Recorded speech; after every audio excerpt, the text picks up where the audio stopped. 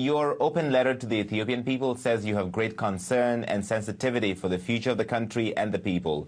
But let's start from the beginning. 4 months ago, you resigned from the government of Prime Minister Abiy Ahmed. Why did you do that? Well, I saw Ethiopian system of governance is not reformable within. So I had to step out and I had to speak out, even though I was speaking. And I've been very vocal from the beginning, but I had to do it from outside the government. Why do you say it was not reformable? That is a very strong statement. Well, we had all the promises and the hopes.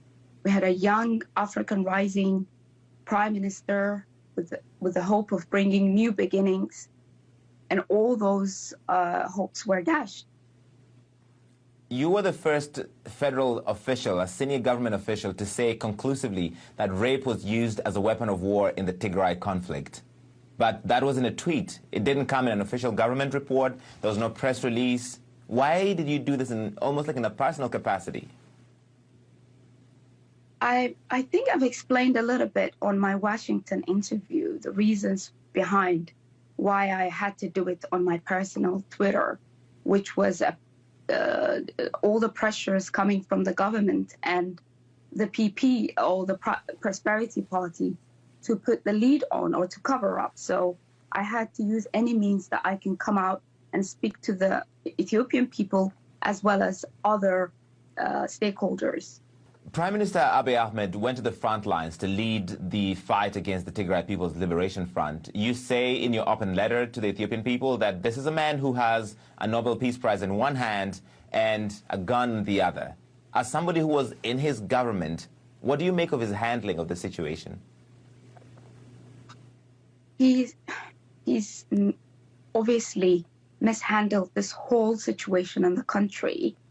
And we were not expecting to be in this situation to begin with.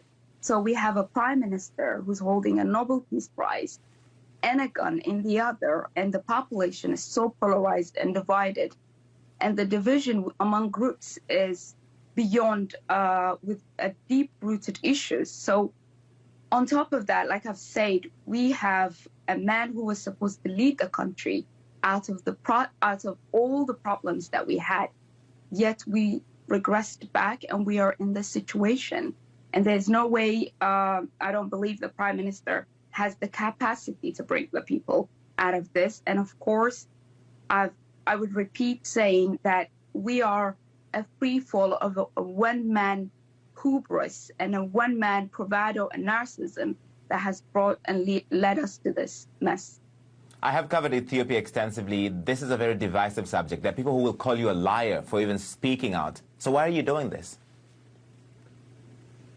Well, I'm someone who was in the government. I'm someone who's been very vocal from the beginning. I spoke when the war broke at first, 3rd of November. I wrote and I've put statements out there saying for everyone the civilians has to be the utmost prioritization of this conflict. We have to make sure women, children, and the infirm are protected in this conflict. So we have to speak regardless of what people are going to call us or shame us or name us for. We have to speak when we see injustice. And that is what I'm trying to do. The United Nations Human Rights Commission, lots of other independent bodies have put out reports that say all sides have committed atrocities in this conflict, that people have been misused in this conflict. Do you think things have changed since you left government? No, I don't think much has changed. Yes, we see the prisoners are coming out. We see the country's trying to lift its emergency state, but there's so much humanitarian crisis unfolding. We've got the drought, we've got the looming famine, we've got the siege of a whole region more than a year, and we have a generation of young people traumatized, raped, women raped. So no, I don't. The African Union, the UN, the US, lots of other international partners are trying to mediate between the TPLF and the Ethiopian government. What do you want the international community to know about the situation in Ethiopia? Abiy cannot be the referee and the player at the same time on the field. They need to understand there has to be a sequence prior to the negotiations that he proposed. There has to be a ceasefire prior to all of this, a cessation of hostility. There has to be a way forward to putting immediate humanitarian actions in place for regions that are at most risk of facing famine, facing medical issues. So I believe the international has a task to play, a role to play in this. And I know that many countries and international have been putting forward pressures, but they need to push more and they need to find a way for the country to heal. It's a time for the country where we need to move to a position of healing. And I don't think the Prime Minister is ready to do that. I don't think the Prime Minister is the right person to do that. Yes, though, I believe the Prime Minister should compromise. As the head of the nation, as the Prime Minister of the country, he should compromise. He should put the people at first, and he needs to act accordingly.